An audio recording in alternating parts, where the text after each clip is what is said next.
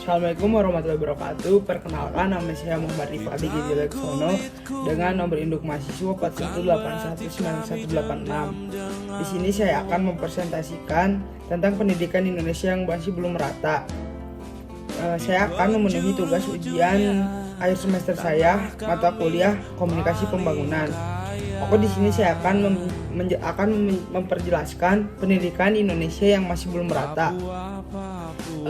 Saya ngambil dari kutipan berita kabarpendidikan.id. Di Indonesia merupakan negara yang sangat berpendidikan, tetapi kondisi pendidikannya masih belum merata. Pendidikan yang belum merata di Indonesia menjadi masalah. Faktor yang menyebabkan pendidikan di Indonesia kurang merata adalah kemiskinan, SDM atau sumber daya manusia, rendahnya kualitas guru, rendahnya prestasi dan sarana dan prasarana sekolah. Daerah di Indonesia yang kualitas pendidikannya sangat kurang ialah Indonesia di bagian timur, karena di sana bukan hanya sarana dan prasarananya yang kurang, tetapi tenaga pendidikannya juga kurang, sehingga masih membutuhkan tenaga pendidikan dari luar daerah mereka tersebut. Penyebab dari faktor kemiskinan, banyaknya anak-anak yang masih di bawah umur bekerja untuk membantu ekonomi keluarganya yang mengakibatkan mereka terhambat sekolahnya.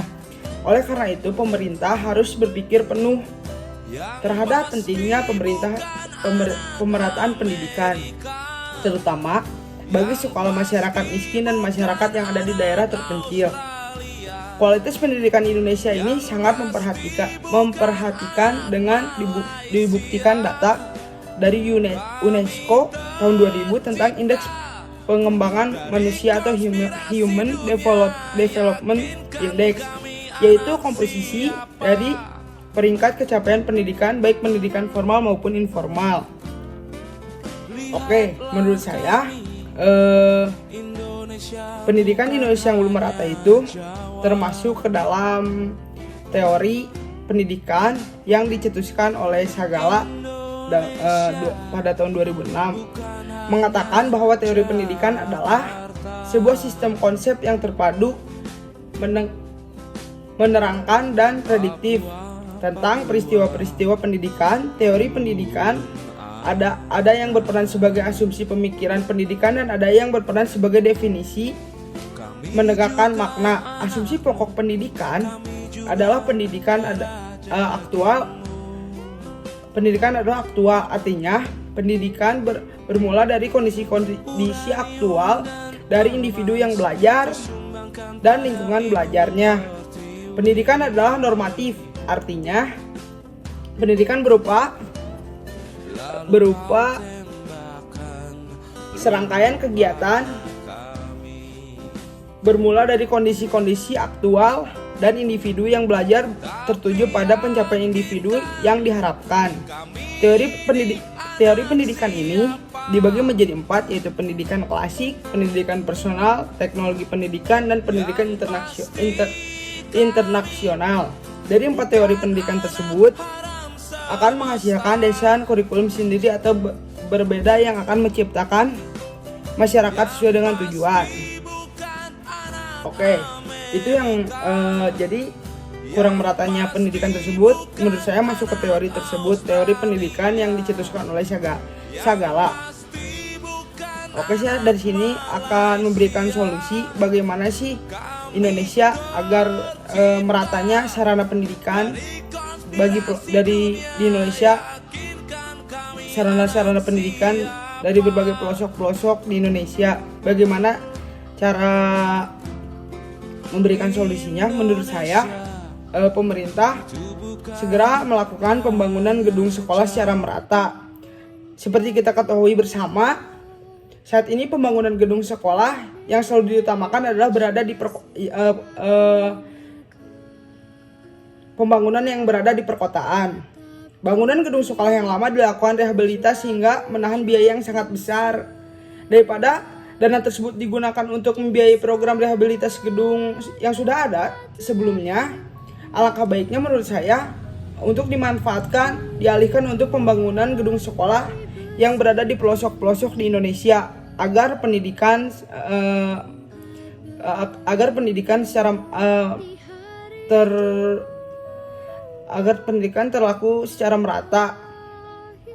Yang kedua, menurut saya pemerintah melakukan pembagian buku-buku pelajaran secara gratis. Buku adalah sumber ilmu. Ketika pemerintah melakukan biaya setinggi-tingginya untuk harga sebuah buku, itu sama artinya dengan membatasi kemauan seseorang dalam membuka wawasan pengetahuan mereka.